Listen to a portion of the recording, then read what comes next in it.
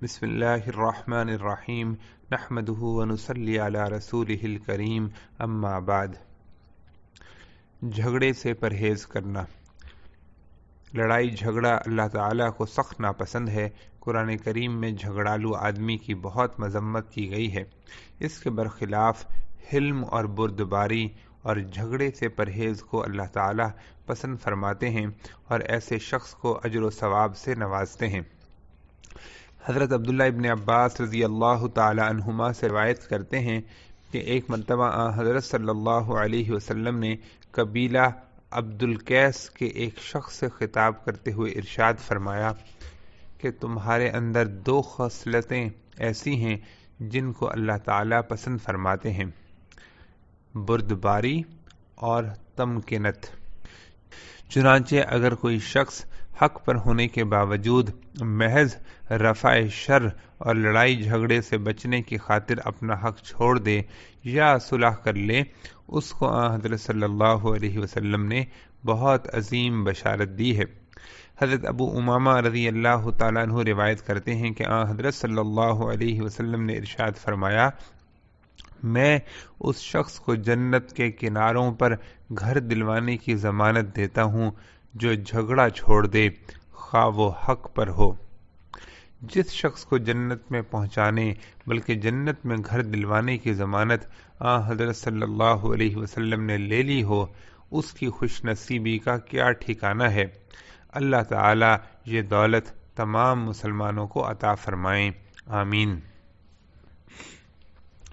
اگلی آسان نیکیوں میں ہے دین کی بات سیکھنا۔ ہر مسلمان کے ذمہ فرض ہے کہ وہ اپنے دین کی اتنی معلومات حاصل کرے جن کے ذریعے وہ اپنی روزمرہ کی زندگی اسلامی تعلیمات کے مطابق گزار سکے۔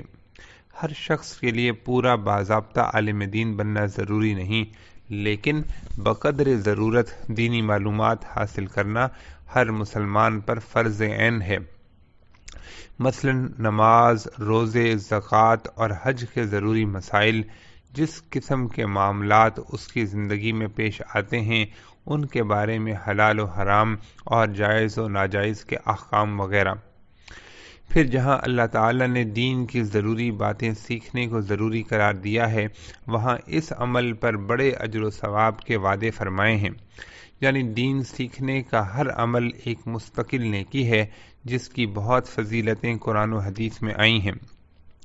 حضرت ابو درداء رضی اللہ تعالی عنہ روایت کرتے ہیں کہ حضرت صلی اللہ علیہ وسلم نے ارشاد فرمایا،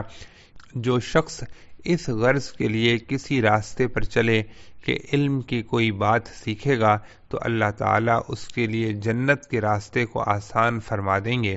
اور علم طلب کرنے والے کے لیے اس کے عمل پر اظہار خوشنودی کے لیے فرشتے اپنے پر بچھاتے ہیں۔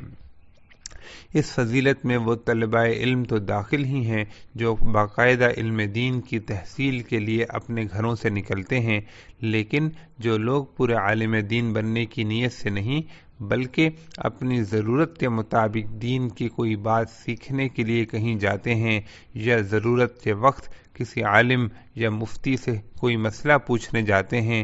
یا کسی وعظ و نصیحت میں اس نیت سے شریک ہوتے ہیں کہ دین کی باتیں سیکھیں گے، امید ہے کہ انشاءاللہ تعالی ایسے لوگ بھی اس فضیلت میں حصہ دار ہوں گے۔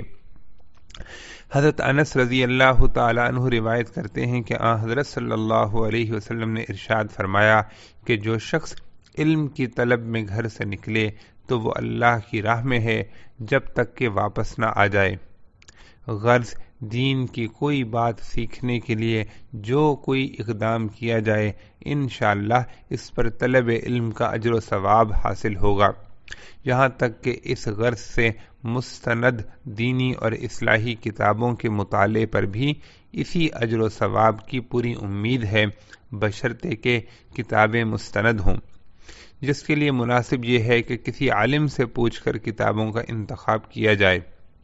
لہذا جہاں کہیں دین کی کوئی بات سیکھنے کا موقع ملے اس کو غنیمت سمجھنا چاہیے،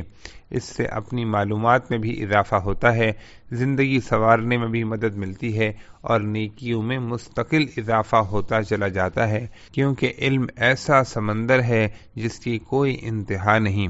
انسان خواہ کتنا ہی بڑا عالم ہو جائے، لیکن مزید علم کی طلب اس کو بھی رہتی ہے اور رہنی چاہیے۔